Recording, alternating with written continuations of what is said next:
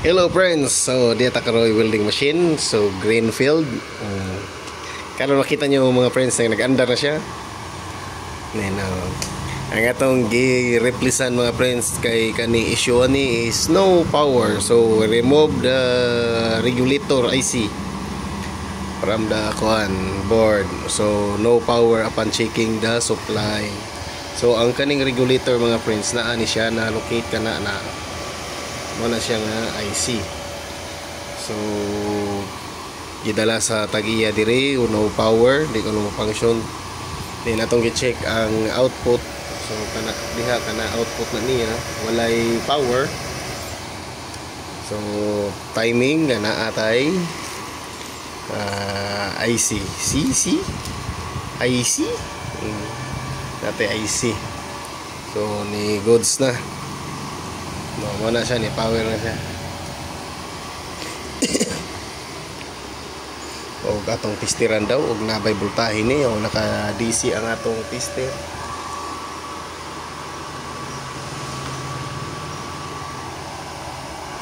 O nasay 60 volts.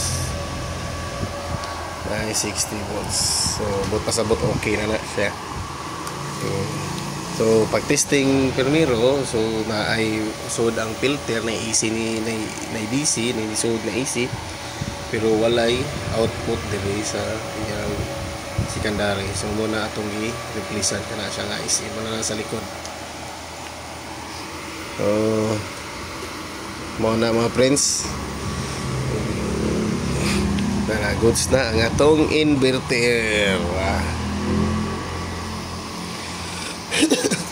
So simple ra, sayo yun ra gamay pag repair sa mga inverter welding machine. Kung ingana ra nga mga trouble nya naa po kay parts nga ready, so dali ra siya ma-repair. So mara to atong himo pag dawat na i-replace na to na siya nga IC. Goods na po na ni siya ni andar na control na po. Good.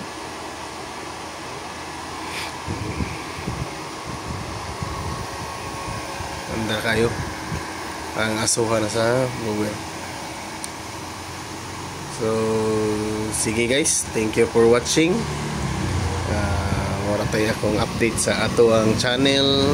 Ta na may makuha nga idea. So nag-order ko ani sa online kani nga regulator kasi most of the time natay dawat nga no power kuan kani mo issue. So karon na tested na to nga good ni nga IC, good siya, nakapandar man siya ani nga welding.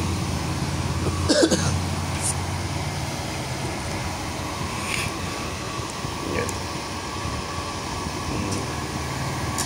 Nag-order na tadaan og mga parts. So sige guys, thank you for watching for this short video. Hope you see you soon next time.